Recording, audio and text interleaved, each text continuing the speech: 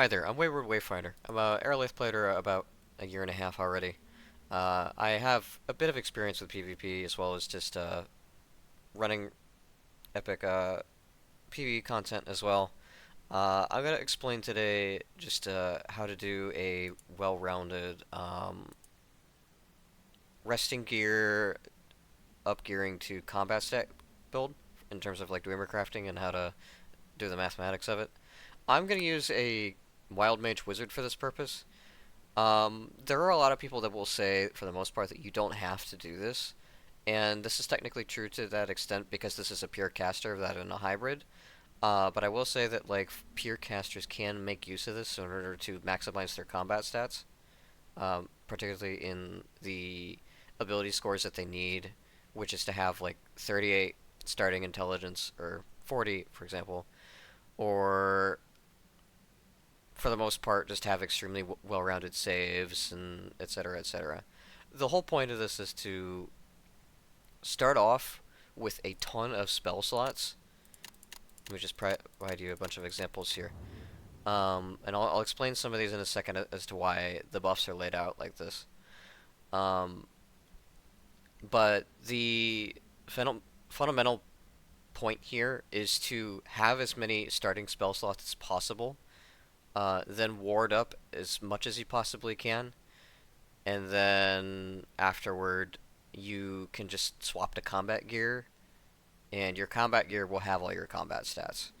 So right now I have 16 in mundane saves for Fortitude, Reflex, Will, 16, 16, 16.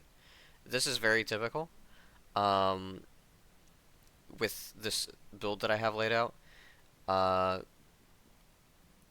and it's actually very easy for a wizard like this to build like this. A spell sword will have different saves. They will have a higher fortitude and a higher will, but they will also have really bad reflex progression. Um, but you can make do with that for the most part. If you're running, for example, a dexterity spell sword, I can hop onto that alternative tune for a second. The only downside with me showing that off is that I don't have the resting gear better geared, uh, because this thing is fully geared properly for demonstration purposes. So this is why I hopped on this first. But I will say that all the lessons that I show off here, they will translate perfectly well if you're building a spell sword or anything like that. I'm effectively doing the exact same process uh, that a hybrid class would use, like spell sword or a melee cleric, or even an archer cleric would use, in order to first have maximized spell slots so they can use defensive wards properly, and then they can transition into combat gear and then just be like basically extremely advantageous over other characters who don't do this process. All right. So first off, the step one of like your daily warding for the most part is just having the Ion Stone. So normally you would think that like on a spell sword or a wizard or something like that, that this Ion is completely useless because you're already going to be starting out in maximum intelligence. This is not true. So the principle of what I'm going to be talking about here is called gearing down. So right now I have intelligence plus a bunch of like lockpicking gear because the reason for this is so that I can just swap back to my resting gear if I ever need to pick locks or something like that. The lore is also handy because I already have lore on my combat gear, so if I want to use divine scrolls, I can do either, really. But it's also quite helpful just in general to have that lore. Um, but we'll just get into what's all on this gear, and it's literally all intelligence plus one gear. This stuff is basic Dweemered, and then we have the Adamantine Bracer of Knowing just to boost a bit more. I likely intend to use this template as like a sailor, because coral runes, whether they're plus two, plus three, well, there's plus ones, plus twos, and plus threes, and those are free properties on gear, so you don't have to worry about using Dweemer points on those. It would be nice though if you did. Uh, if you did not do that, rather, because you'll have something to spend on them if you really wanted to, like extra spell slots. I will say that like the bonus spell slot property from the basin is not as useful on spell swords or wizards as it is on a cleric, because clerics have a lot more defensive wards in those circles that are actually very important, whereas a wizard for the most part, they have a few in second level and third level, but for the most part, not really much that are worth warding with in fourth and first. Uh, so we'll just get right into it. So your daily resting warding, your daily warding routine and resting gear should just kind of look like you haste yourself, of course. Just, it doesn't matter what you use. I prefer to use like a shorter haste. That way I didn't use like a longer haste just for like starting the warding. In this case, it doesn't really matter. But it is technically more optimal to either use like an item haste or just like a non-extended haste if you just want to ward for this purpose. So first off, use your Ion Stone. If you have a sequencer, I would use it. As wizard, if you're gonna have like EMA anyway, then a barkskin sequencer is gonna be completely pointless for you. Your AC here is completely undispellable, so that's just worth noting. So I would probably recommend that you acquire wands for zoos, aka the animal buff spells. So, and what you would do is potion plus wand for maximize and duration. I will say also, I have GSF transmutation, greater spell focus transmutation, which means I get +6 just from buffing from zoos, which therefore means like on your combat gear, you just need +6 to 3 stats, and then you'll have a little bit to top off. I'm just buffing with everything I have currently. The 5 things I want to try to maximize are dexterity, con, and intelligence with +6, and then soft 6. And then when I gear down, my gear will look like 6 intelligence hard, as well as 6 con, and then 6 dexterity. And I'll have a bit of dweomering points left over, so I will have them placed in wisdom and strength. This is kind of just an example of what wizard can do. For spell sword, you would be most interested in just like plugging the rest into strength if you're like a dexterity spell sword. I have a 2-weapon fighting spell sword that uses dexterity. I'll show that off in a bit, as I've said. So right now we're buffed at the moment, with the attribute ability scores that we need right now. So I'll just haste again. Like I said, this is wasteful, but this is an example. I have radio casting instead of toolbars because I can't be bothered to set up toolbars on a PGC only character. But this is kind of an example of what I would do here is I would just go straight from your buffable cantrips to your max level spells. It doesn't really matter what order you do it then, but there's an aesthetic reason that I do this. So I like to apply Stone Skin first and then Shadow Shield after, because I hate how Stone Skin works, or looks. Please ignore any wild surges I have. This is just how it goes. I'll just Chaos Shield myself just in case. I hate radio casting. I hate radio casting. Uh-oh. Okay. Good news. That was not true spell failure.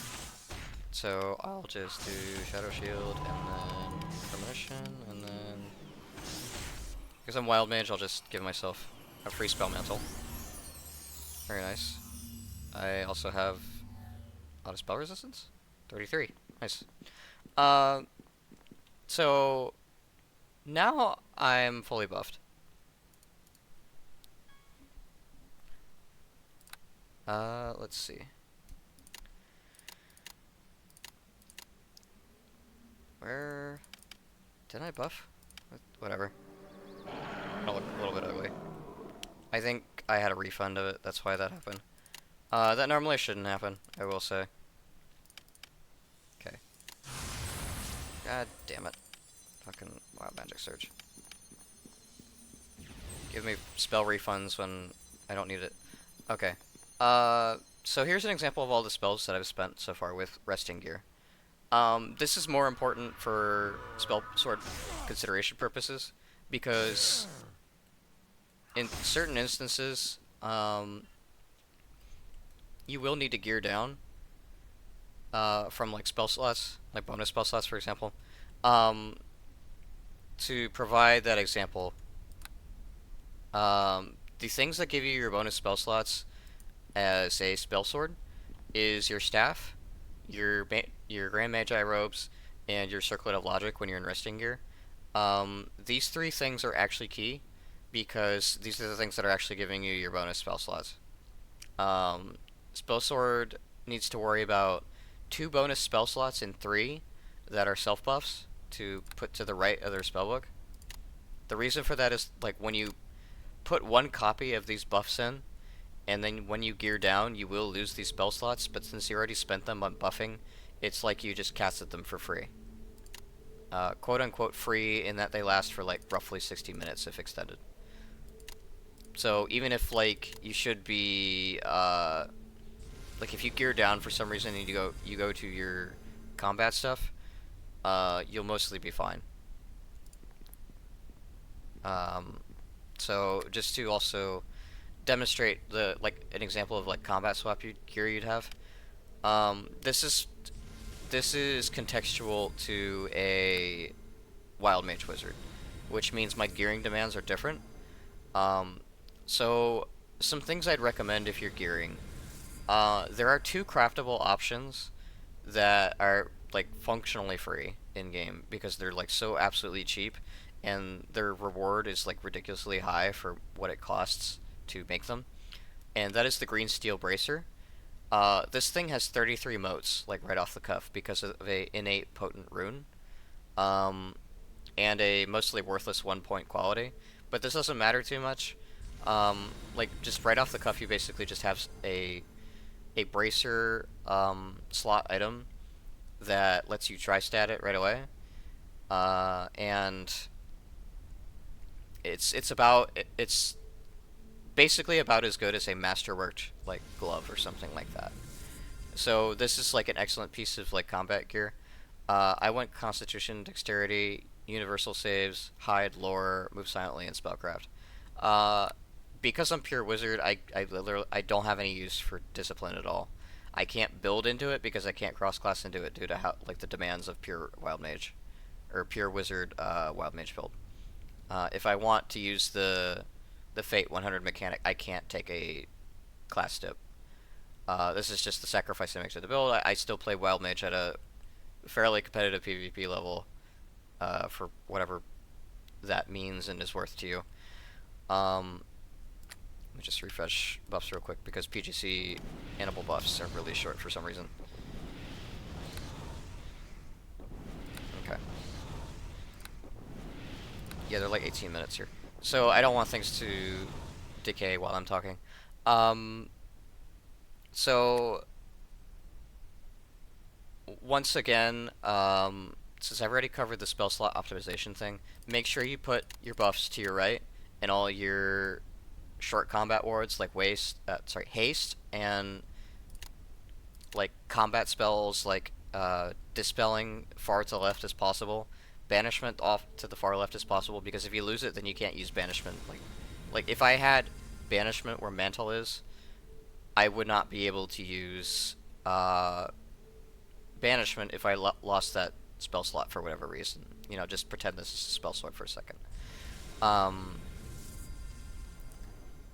And like I said, I have a bunch of different spells for the strategy of a wizard. This is just the principle of what I'm talking about here. I'll show that on the ITWF here in a bit.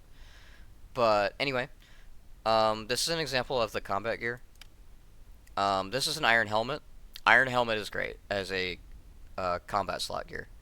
I don't think I have a rune on this. I'd probably just put a unisave on it.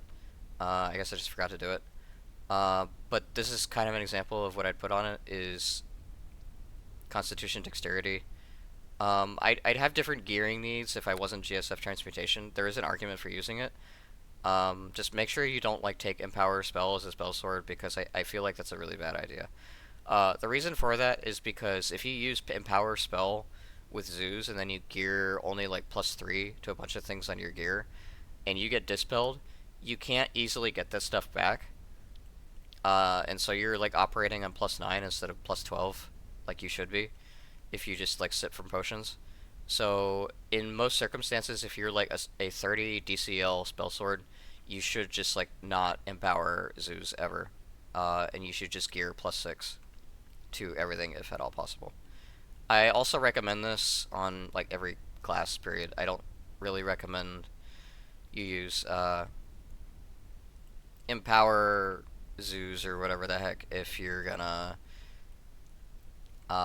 not be able to do it a second time or more if you ever get dispelled in combat. That's kind of the main point of this build for the most part, is that like if, or rather the ethos of every build with like enchanting and all that is that you have +6 and then +6 if you have GSF Transmutation. You don't want to put up with like a dispelling situation that you can't recover your optimized combat stats out of. Uh, so combat gear swapping. So I have two aliases set up, and these are dash loadout combat and dash loadout rest. The way you save loadouts is just typing in save loadout rest, and make sure you're not holding anything in your hands when you do this. It'll mess up your spell slots the first time you do it. Just make sure you save your spellbook every time. Um, Speaking of which, I'll just demonstrate this routine once more. I'm already fully buffed, but I'm gonna demonstrate why I do combat stat swapping. So I want you to look at my stats, like particularly my saves, my AC, my HP, and my ability scores when I hit this button. Okay. So the changes that happen. First off, I get an iron helmet. This gives me 10% bludgeoning resistance. This is really nice because some people in PvP and a lot of stuff in PvE deals bludgeoning damage, and these tend to carry with that a risk of getting a 3x or even a 4x crit, depending if there's a weapon master on the field. This will save you quite a bit of damage. Just like that 10% like counter shred is really darn nice. Next up, I have a Thaumaturg's Cloak. Again, it's just unit saves and all that. You probably noticed that I started from like 16, 16, 16. Now I'm up from like to 29, 29, 26. If you cast a Good Hope wand on yourself, you'll have like 31, 31, and then 28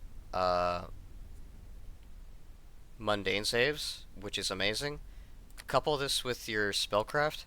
I have 67, 67, right here, and that is roughly another 11 spell saves. This is basically kind of already capped by itself, but that should be like enough to get you to, I'd say, yeah, you should be resisting like DC 40s, like no problem, like no, like 100% of the time. Um, well, okay, 95% of the time. So for the most part, you're functionally nearly immune to stat effect spells. The only problem is dealing with like rogue dirty fighters. You don't really stand a chance. Um, like if you have 30s for the most part, you have like basically a 50% chance to stand up to a rogue dirty fighting attempt. Like across the board. Slightly less for Will. There's not a whole lot you can do about that. I mean, you can slot empowered owls if you're playing a wizard, for example, or even spell sword if you want to do that. With GSF transmutation, it is an option. It is very nice as well because rogues don't like typically have any chance in hell of dispelling you at all. Only other like dedicated spellcasters do. But that's just something to be wary of. Okay. Since I'm already combat geared, this is kind of just what I have right now is that I have 260 pounds of like carry weight as well, which is a big buff from like 8 strength. It's really nice. Do know that my HP is wrong here. I picked a bad feat and I didn't pick up toughness. I'd have a 420 HP on a drow or like elf comparison. Do be mindful of that when you're building for a spell sword, that you're not picking stupid feats. Like, I don't really... Okay. This is subjective. I'll just say that when I say, stupid feat this, stupid feat that. But I feel like if you're optimizing for PvP, you shouldn't really worry about, like, craft wand or craft item feats at all. Because that does, like, reduce your utility of your build, but it really, like, already depends on, like, what feats you're going for.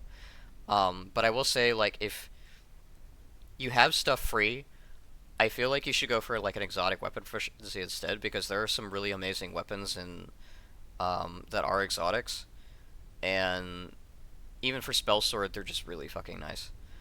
Uh, Apologies for my language. Anyway, um, that is basically the rub here, at least for this, how this works for the most part.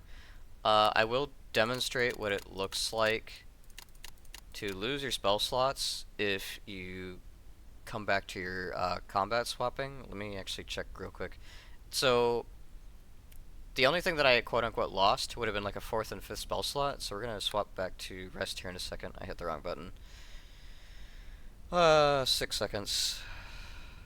Okay. So, right here you can see that 2 spell slots went empty. And these spell slots are...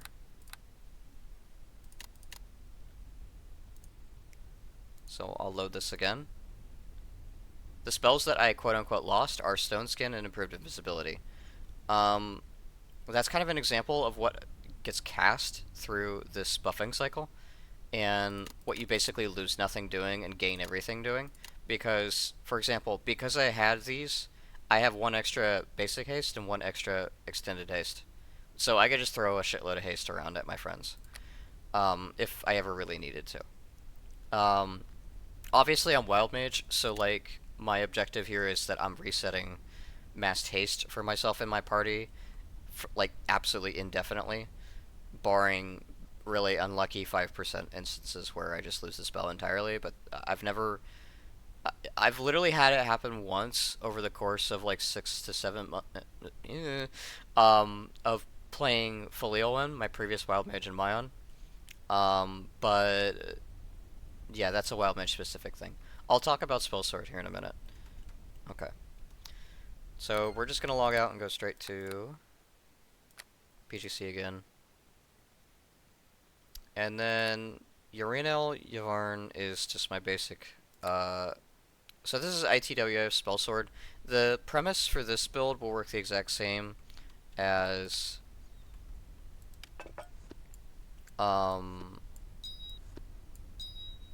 Blade Singer. So if you're an elf watching this video and you just wanna see how this works, don't worry too much, I got you covered.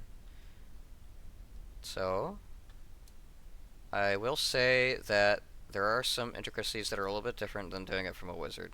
Let me just... Shit. Okay. Save, loadout, rest. Okay. And then loadout combat. Okay, I don't have that set up because I'm a silly goof. Alright, I will say I don't have Iron Helm doing for this purpose. It doesn't really matter. What does matter is I already have the other slots filled out. So, where is my Elven Chain? Oh, yep, that would be... Oh, no, that's right. Yeah, if you're Dex Spell Sword, you really shouldn't go for Elven Chain. I was thinking about it, but I just forgot that, only Strength Spell Swords really care for Elven Chain. If you're Dexterity, you're getting more AC, and thus more benefit out of just, worrying about, you know, your basic ropes will do just fine. I think I went for Unisave and Discipline here just on ropes, and I don't even swap out of them. So it is another instance of where spell slot swapping is a little slightly less important, and it probably ends up the same way as, almost the same way as like a wild mage wizard, or well, any wizard for that matter. Uh, I will say, okay, so you will lose the staff, and you will lose a circlet of logic if you go into your main weapon and um, your iron helmet, just so that you can have bludgeoning resistance if you do get hit by a bludgeoning weapon in combat. Um, so right now we're gonna, right, I think there is cloth armor that is perfect for a dexterity spell sword. It's evil only though, as I recall. You would, in theory, you could UMD swap to it, but like because you're spell sword, you don't have access to UMD. So basically, don't worry about that if you're not an evil spell sword. Um, just letting you bear in that in mind. Um, so let's see. Let me just fix this real quick. Bear with me. Okay. This is all my combat gear. Thereabout. Okay. This is what I got for doing the effort on one character but forgetting to do it on the other one, because I just wanted to see the stats on this thing rather than just like do this for full prepared demonstration purposes. But okay. I do have the spell slots figured out. So, uh-oh. Why don't I have enough? Oh yeah, that's why. That's annoying. I don't know why that happened. Whatever. Okay. Alrighty. So, the spell slots we're gonna lose. So, we're gonna lose a circlet of logic and then arcane focus, swapping off this combat gear. Or swapping off this rest gear into combat gear. So, um, a warding routine is going to look a little like this. Okay. Pardon that I don't have many extended spells here. Spell Sword has different requirements, or just different stuff in general.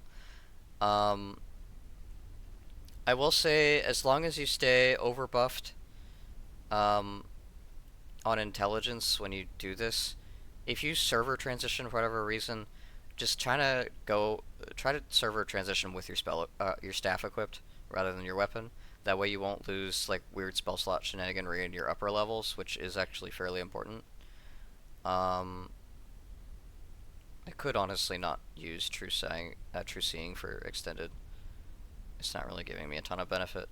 But anyway, um, the stuff you're most interested in for like self wards and stuff like that, um, you really need GMA. Uh, you're very interested in like extended mind blank, premonition, energy buffer. Black staff is actually pretty goated. I really like black staff.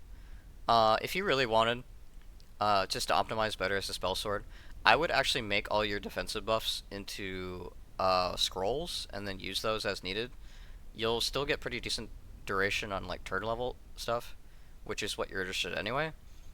So especially the hourlies, so premonition, stone skin, um, greater stone skin, and let's see. You can't do that for GMA because GMA cannot be scribed even. Um, Ultravision as well could also be a scroll if you really wanted to. And then you'd save quite a few spell slots doing that. You would get back a 7th level, which you could fit another dispelling in here if you're GSF Abjuration like I am on this character, which means I have different gearing needs accordingly. Energy Buffer is a 60-minute, so this is just what I slap on personally. You don't have to use this spell. It's nice, but it gets breached, and its only real benefit is just for soaking like elemental damage. Okay, so I'll just get into the process involved here. Um, I'll just do a basic haste here. Okay, So your routine, starting off, Ioun, and then Sippy these twice. Like I said, it's ideal if you do it with Potion first, then Wand. Or you can Wand, then Potion. The duration does not really change when you do it one way or the other. The only case where that would matter is if you're doing Empowering, in which case you need to drink Potion and then Empower the spell for both duration. Well, the duration part doesn't matter. It's the boosting up to +9 or something like that from GSF transmutation. If you're doing it on a GSF transmutation spell sword of some sort, but if you're gonna do that, only buff up your strength and your wisdom just to round out your stats better. In theory, that would be perfectly fine on a spell sword, especially a dexterity one where like your most important stats are gonna look like. Well, first off, it's gonna look like you need. Okay. So you'll have. Yeah, no, you should actually stay in Circlet of Logic and Grand Magi robes as dexterity spell sword because you're gonna have +2 here, +2 here. You won't stay in Bracer of Knowing, so that's worth noting. But you'll have 2, 2, and then 1. I'm sorry, 2, 2, and then 2 intelligence from Ioun, which basically means you'll need to gear 1 intelligence, which I think that's on my cloak here. The rest has con dexterity strength for me, so that I can still maximize damage a little bit. Let me actually see what I got here. Alright. That's fine, I guess. Like I said, I didn't really do this correctly, but it's totally fine. Okay. I'll just cast it. Okay, give me a minute. Sometimes it's easier to be shown rather than told.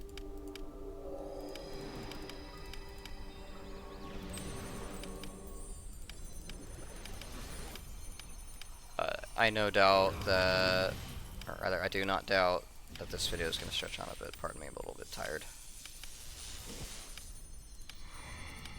I slept as best I could, but yeah. I will say, good idea to go to your inventory and just imbue your weapon and blackstaff it. That way you don't lose the spell for whatever reason. Okay. And I guess you could just imbue your armor here. That's fine. So, I don't have a Shadow Shield in Spellbook. I should probably address that. I think it's because of the True Seeing in there that's unnecessary. Yeah, Shadow Shield's pretty nice. I would also consider scribing that too, if you want to use it for re-upping if you get breached or dispelled. GMA.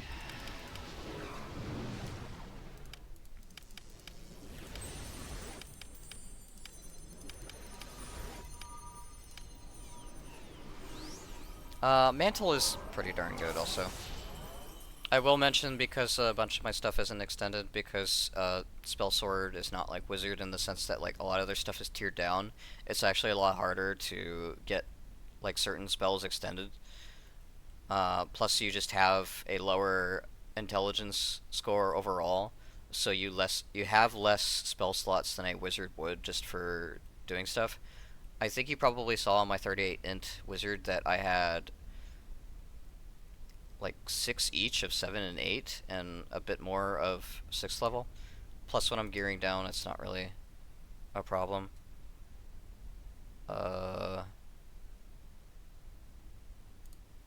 idea what just happened there on my Discord, but okay. Yeah, we'll load out combat here in a second, I think. I'm just double checking if I missed anything. I did not. So we can just go straight into dash loadout combat. like I said, you should probably put this into a toolbar, not on your F keys. I did that on my wild mage because I was just like, I'm lazy, and this is a PGC character only, so this isn't for live server gameplay yet, but it is for demonstration purposes. So right now I just swapped to my combat gear. So just double checking that I left everything behind here. Yep. Okay. And I'll just rebuff here because this is a PGC only. Weird little bug is that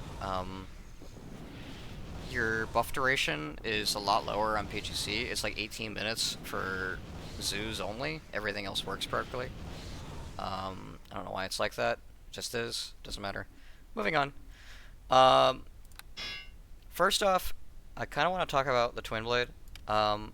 It's pretty good on a Dex SS. You have to build a bit differently than like Bladesinger, which is like rapier only, rapier longsword only. But if you wanted to play like an elf that uses a twin sword or two weapons that are like 1220s, you can, and they're pretty nice.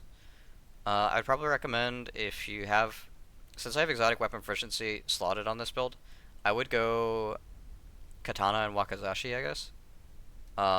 Alternatively, you can go Cav Sword and what is a good offhand? Probably Kukuri in your offhand. Let me actually check, because I forget if that's like short sword sized.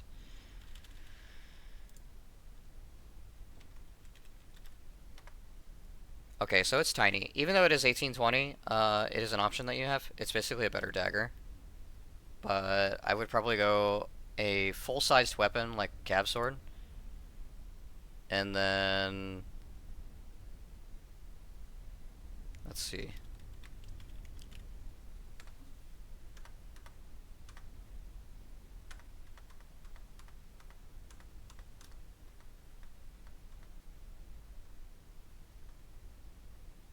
Yeah, there are no 1820 smalls, so I'd probably just go Kukri as your offhand, and then you just like thrive in like crazy crits. Anyways, you probably see in my spellbook that I have a bunch of empty spaces now. This is because I geared down from combat slots. And this is pretty darn alright, I'd say. You have a lot of True Strike, you have a lot of Fairy Fire. I mean, this is not super optimal, I will say, but it is just something you can do. The other thing, though, that's really important is having a decent amount of Warcry, having short duration lightning shields as well as acid sheath. The reason for this is that spellsword gameplay revolves around just using these bitebacks in PvE and PvP. The reason for this is that, first off, you're a monster truck of like spell damage. Let me actually demonstrate what a rotation looks like. Okay. So typically you're gonna blade a what just happened? Okay, well, we're just getting to the shit right here, so.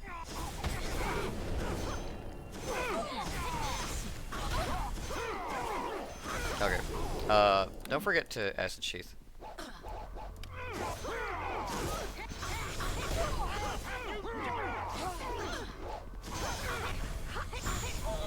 Hopefully I can kill everything involved.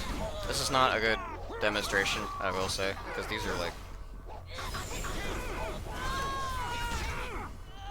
Yep.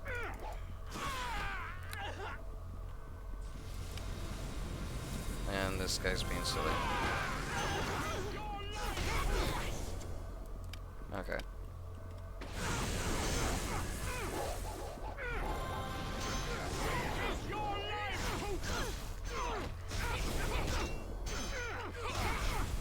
Okay.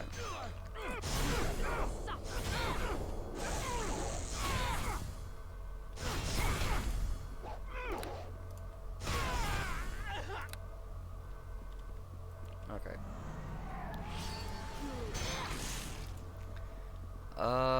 Let's see. I think my AC should be a bit higher. I'm not sure. Oh, yeah, that's why. I'm missing Shadow Shield, I think. Let me actually see what my AC amounts to. Let's see. Yeah, I'm missing Shadow Shield, which is like... another 3 deflection. Or, I'm sorry, another 3 natural. Okay. Anyway, combat rotation is just blades of fire, then you true strike and run into something. And then ideally use... Once you get into combat, you want to hit your maelstrom as soon as possible from instant attack. Wow.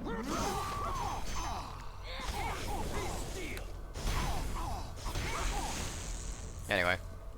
Not really a good demonstration, but...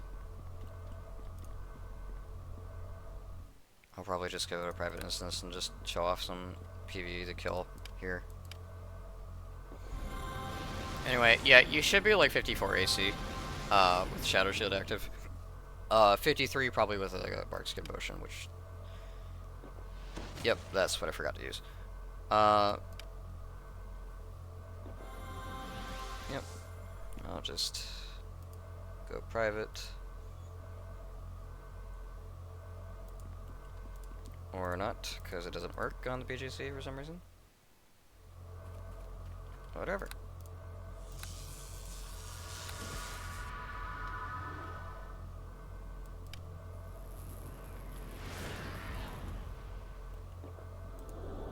Alrighty. So we're gonna go hit stuff. Okay.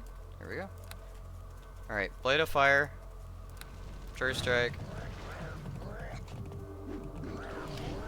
Attack something. Maelstrom, everything just died. Because they have really low HP. Because these are base game NPCs.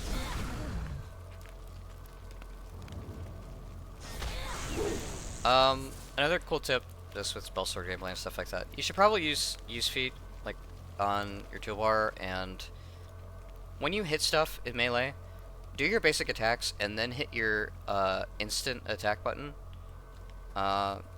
Demonstration. I just bash this, wait until I get my hits in, then hit F2.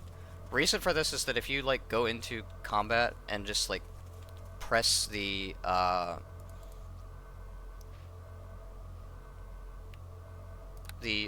instant attack on something and just run up to it like that. That's 3 right there. 1, 2. Okay. I was wrong, actually. It doesn't matter. I think it does matter for, like, dirty fighting, though. It's a bit strange. Spellsword probably doesn't have this problem. But it's worth noting. 1, 2, 3, 4. Let me try again. No, actually it does matter. Yeah, so when you walk up to something to hit something, make sure you basic attack it first. And then use your instant attack. Because that gives you, like, in this case, because I'm ITWF, I have 3 in my first flurry. And then the instant attack gives me a 4th one. This is a lot of potential damage that you're, like, just flattening someone with. So just bear that in mind. Okay, I think I've pretty much demonstrated, like, exactly what's possible, just with correct resting gear usage, because you just get a lot of spell slots that you can use in combat. Like, this is, right here, that's 30 minutes of extended haste. 1, 2, 3, 4, 5, 6, 7. 7 times 3 is 21. So that's 51 minutes of haste right here. That's a lot. You also have 6 uses of True Strike if you, like, need to boss kill something or kill someone PvP. You have a lot of applications of that. The thing you're probably going to be worrying about is, like, disjuncting people and stuff like that. You can do this into scrolls because you're spell sword, and that's, like, totally balanced, by the way. As for your 7th levels, you can also wrap up your, like, your premonition hourly into a scroll. You can also do that for stone skins as well, just to save yourself spell slots when you're warding per day. I will say it's a little bit gold expensive, but it's probably worth it.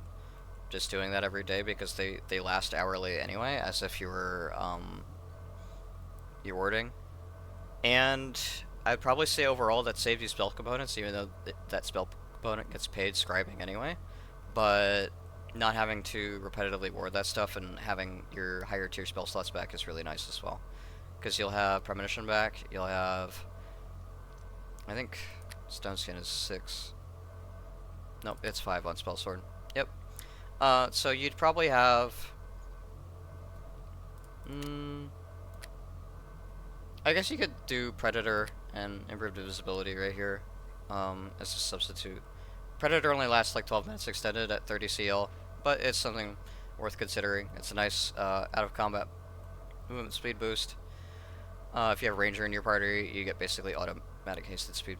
Anyway, I think this mostly covers it. If you guys have any questions, please let me know in the comments or hit me up on Discord. You know who I am. I'll have it posted in my own channel. Okay, bye.